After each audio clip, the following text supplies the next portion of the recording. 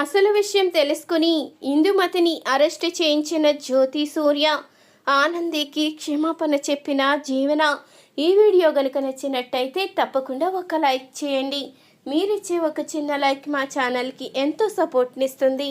శ్రీను మాటలు విన్న ఇందుమతి అయితే ఇక ఒక్కసారిగా షాక్ అవుతుంది. ఇప్పుడు ఆ ఇంటి ల్యాండ్ నెంబర్ అని తెలిసిపోయింది. ఖచ్చితంగా ఆ ఇంట్లో ఫోన్ చేసింది ఇంక ఎవరుంటారో జీవనే అన్న విషయం కూడా ఆనందికి తెలిసిపోయింది. దాన్ని ఆ చెంప ఈ చెంప పగలగొట్టి నిజాన్ని బయట పెట్టమంటే అది బయట పెట్టేస్తుంది. ఇప్పుడు ఏం చెయ్యాలి అంటూ ఇందుమతి అయితే చాలా కంగారు పడిపోతూ ఉంటుంది. ఇప్పుడు నేనేం చెయ్యాలి? ఈ పిచ్చి దానికి ఎంత చెప్పినా అర్థం కాదో. చెప్పింది చెప్పినట్టు చెయ్యమంటే ఇంట్లో ల్యాండ్ నెంబర్తో ఫోన్ చేసి వచ్చింది. అదేదో బయట ఎస్టీడీ బూత్ దగ్గర ఫోన్ చేసినా సరిపోయేది కదా. ఇప్పుడు నేను ఏం చెయ్యాలి అంటూ ఇందుమతి అయితే కంగారు పడుతూ జీవనకైతే ఫోన్ చేస్తుంది. జీవన, నిన్ను నేను కలుసుకోవాలి, అర్జెంటుగా రా అంటూ ఫోన్ చెయ్యంగానే సరే వస్తాను పెద్దమ్మ అంటూ ఫోన్ అయితే పెట్టేస్తుంది జీవన. ఇంతలో ఆనంది అయితే ఆదిత్యనైతే కలుసుకుంటుంది. ఆదిత్య గారు, నేను తప్పు చెయ్యలేదు అని నిరూపించుకోవడానికి ఒక సాక్ష్యం దొరికింది అంటూ అనంగానే ఏంటది అని అడుగుతూ ఉంటాడు ఆదిత్య. అయితే మీడియా వాళ్ళకి ఫోన్ కాల్ వెళ్ళింది మన ఇంటి ల్యాండ్ లైన్ నుంచి. నేను ఆ ఫోన్ కాల్ చెయ్యలేదు. ఇక ఇంట్లో చేసే వాళ్ళు ఎవరుంటారో ఒక్క జీవన తప్ప. జీవనే వాళ్ళకి ఫోన్ చేసిందని అర్థమైంది. కానీ తనే చేసిందని తన నోటితో ఒప్పుకోవాలి కదా. అందుకని నేను మీకు నిజం తెలిసేలా చెయ్యాలి అనుకుంటున్నాను అంటూ అనంగానే సరే ఆనంది, నువ్వు ఏం చెయ్యాలనుకుంటున్నావో అది నీ ఇష్టం. అమ్మకి మాత్రం నువ్వు తప్పు చెయ్యలేదు అని తెలియాలి అంటూ ఇక ఆదిత్య అయితే చెప్తూ ఉంటాడు. అప్పుడే ఆనంది అయితే జీవన క్యాబిన్లోకి అయితే వెళ్తుంది. జీవననైతే నిలదీస్తూ ఉంటుంది. నిజం చెప్పు, ఆ రోజు మీడియా వాళ్ళకి ఫోన్ చేసింది నువ్వే కదా అంటూ అడుగుతూ ఉండగా నేనా? నాకేం అవసరం? నాకు ఆ పెళ్లి గురించే తెలియదు. అలాంటప్పుడు నేను ఫోన్ ఎలా చేస్తాను అంటూ అడుగుతూ ఉండగా అప్పుడే ఆనంది అయితే జీవన చెంప పగలగొడుతుంది. ఇప్పటికైనా నిజం చెప్పు, ఎందుకు ఇలా చేశావో? ఎందుకు మీడియా వాళ్ళకి ఫోన్ చేసి ఇంటి పరువు పోయేలా చేశావు? నీ గురించి నాకు తెలియదు అనుకున్నావా? నిన్ను ఎలా వదిలిపెడతాను అనుకున్నావో అంటూ ఇక ఆనంది అయితే గట్టిగా నిలదీసేసరికి అప్పుడే నిజాన్ని అయితే ఒప్పుకుంటుంది. అవును, నేనే చేశాను. నువ్వు ఆ ఇంట్లో ఉండడం నాకు ఇష్టం లేదు. నువ్వు నాతో పాటు సమానంగా ఆ ఇంట్లో పెరగడం నాకు ఇష్టం లేదు. అందరూ కూడా నిన్నే నెత్తిన పెట్టుకో చూస్తున్నారు. ఆనంది గొప్ప, ఆనంది ప్రతి విషయంలో కూడా అందరినీ ఎంతో బాగా చూస్తుంది అంటూ నిన్ను ఎంతగానో పొగుడుతున్నారు. అలాంటప్పుడు నేను ఎలా నిన్ను క్షమించగలను అనుకుంటున్నావు? నువ్వు నా దగ్గర ఉన్నంత వరకు నాకు ఎలాంటి వాల్యూ ఉండదని అర్థమైపోయింది. అటు పుట్టింట్లో నువ్వే, ఇటు మెట్టినింట్లో కూడా నువ్వే. ఇవన్నీ చూస్తూ నేను ఎలా సహిస్తాను? అందుకని నిన్ను ఇంట్లోంచి వెళ్ళిపోయేలా చెయ్యాలని ప్లాన్ చేశాను. నేను ప్లాన్ చేసిన విధంగానే నాకు అవకాశం దొరికింది. పెళ్లి విషయం తెలుసుకుని మీడియా వాళ్ళకి ఫోన్ చేశాను. అనుకున్న విధంగా అదే సమయానికి మీడియా వాళ్ళు రావడం, నువ్వే ఆ ఫోన్ చేశావని అందరికీ అనుమానం రావడం, ఇంటి పరువు తీసావని అత్తయ్యగారు అపార్థం చేసుకోవడం, ఇవన్నీ కూడా జరిగిపోయాయి. అప్పుడు నిన్ను ఇంట్లోంచి బయటికి గెంటేశారు అంటూ జీవన అయితే చెప్తూ ఉంటుంది. అప్పుడు ఇక ఆనంది అయితే ఎంత పాపం చేశావే, నీలాంటి దాన్ని వదిలిపెట్టకూడదు అంటూ ఆనంది అంటూ ఉండగా చూడు, నువ్వు నన్ను ఏమీ చెయ్యలేవు.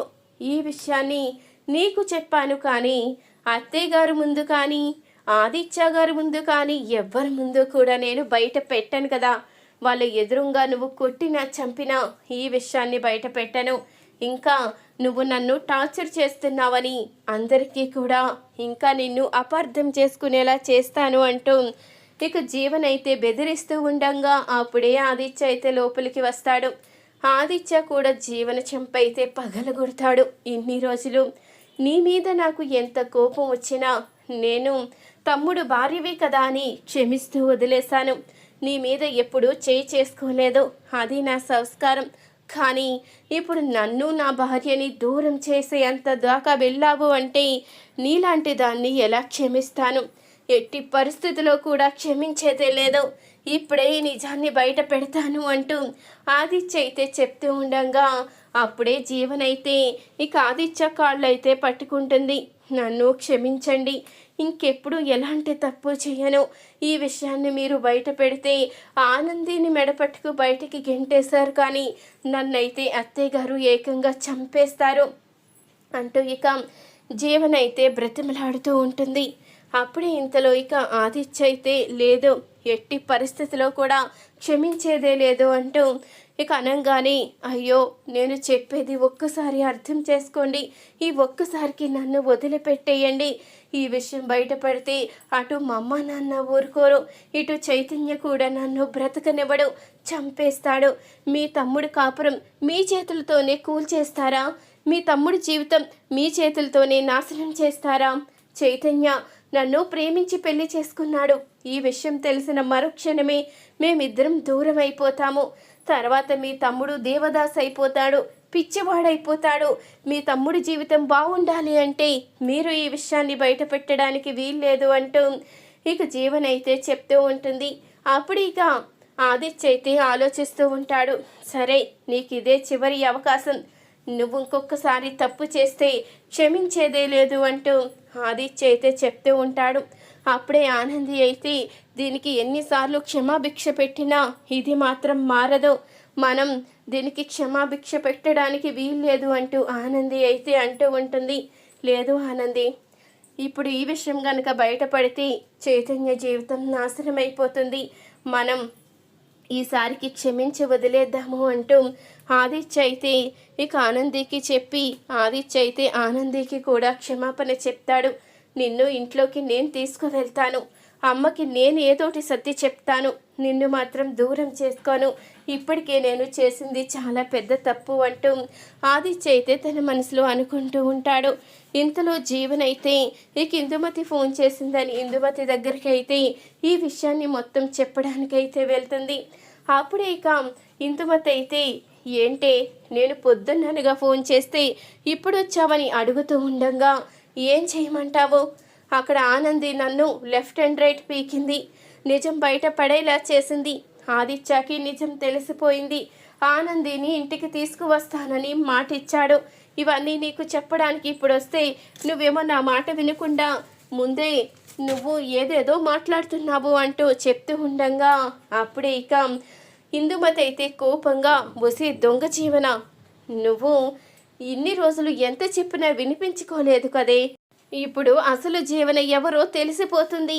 ఆదిత్య మనసు మార్చుకున్నాడు కాబట్టి అసలు జీవన వచ్చేస్తుంది అంటూ అనంగానే అసలు జీవన తానెప్పుడో చచ్చిపోయింది కదా, ఇంకెక్కడుంది అంటూ జీవన అయితే అడుగుతూ ఉంటుంది. వసే దొంగ జీవన, అసలు జీవన ఎవరో తెలిస్తే గుండాగి చస్తావు.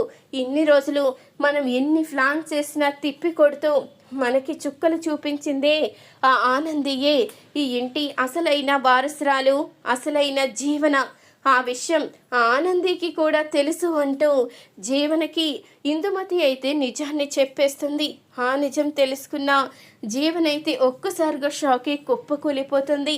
ఇక విషయం బయట పడిపోయింది కాబట్టి ఇక మనం ఆలస్యం చేయడానికి వీల్లేదు.